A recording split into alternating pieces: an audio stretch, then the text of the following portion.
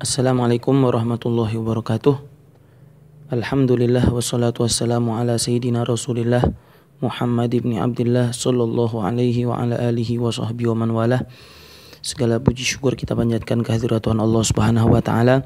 Salat serta salam selalu kita haturkan kepada Nabi Agung Nabi besar Muhammad sallallahu alaihi wasallam beserta para sahabatnya, beserta para pengikutnya ila yaumil qiyamah. Kajian fikih harian Kitab Safinatun Najah insyaallah akan kita mulai pada pagi hari ini.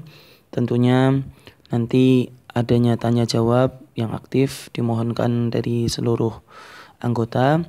Kita akan memulai dari perkataan musannif, ucapan musannif, tulisan musannif, karya musannif ini dengan kalimat Bismillahirrahmanirrahim. Tentunya kajian harian ini tidak akan lebih dari 5 menit agar waktu yang diluangkan dari para anggota tidak terlalu lama. Dan nanti untuk tanya jawab ada jam-jam tertentu di mana bisa dijawab segala macam pertanyaan.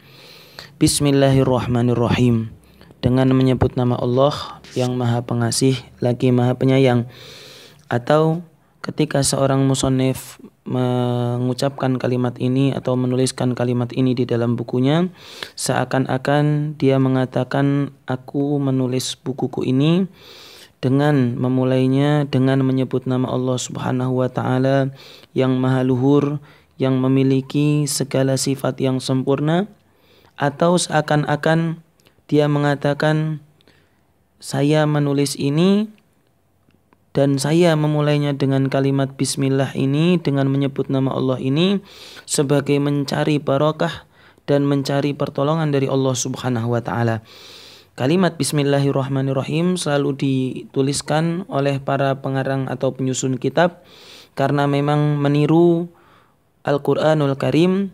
Bahkan setiap daripada surat dari dalam Al-Quran kecuali surat Al-Bara'ah dimulai dengan Bismillahirrahmanirrahim. Bahkan sebelum itu, bahkan di Lauhul Mahfud, di suatu alam, suatu makhluk yang Allah Ta'ala ciptakan, yang diperintahkan untuk mencatat segala sesuatu yang terjadi di alam semesta ini, Allah Subhanahu wa Ta'ala memerintahkan untuk pertama kali yang dicatat di Lauhul Mahfud tersebut ialah Bismillahirrahmanirrahim, seperti sabda Nabi Muhammad SAW, sesungguhnya yang pertama kali dituliskan oleh Al-Qalam, pena di Lauhul Mahfud ialah kalimat Bismillahirrahmanirrahim.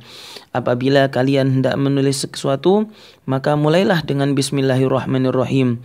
Karena Bismillahirrahmanirrahim ialah kunci dari segala macam tulisan yang diturunkan oleh Allah Subhanahu wa taala, dan ketika diturunkan kepada malaikat Jibril, maka malaikat Jibril mengulanginya 3 kali dan berkata, Bismillahirrahmanirrahim ialah untukmu dan umatmu. Perintahkan mereka agar tidak meninggalkan Bismillahirrahmanirrahim di dalam segala perbuatan mereka. Sesungguhnya aku, Jibril, tidak pernah meninggalkan kalimat Bismillahirrahmanirrahim walaupun dalam kejapan mata. Sejak aku diturunkan dan diperintahkan untuk turun kepada ayahmu Nabi Adam alaihissalam, dan begitu pula para malaikat.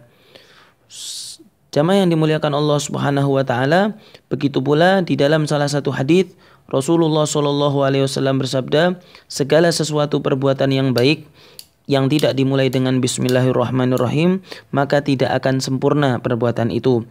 Mungkin bisa dikatakan sempurna secara zahir, akan tetapi secara batinnya tidak bisa dikatakan sempurna karena tidak menyertakan Bismillahirrahmanirrahim. Akan tetapi tentunya kalimat Bismillahirrahmanirrahim ini tidak digunakan ketika melakukan perbuatan haram atau perbuatan makruh.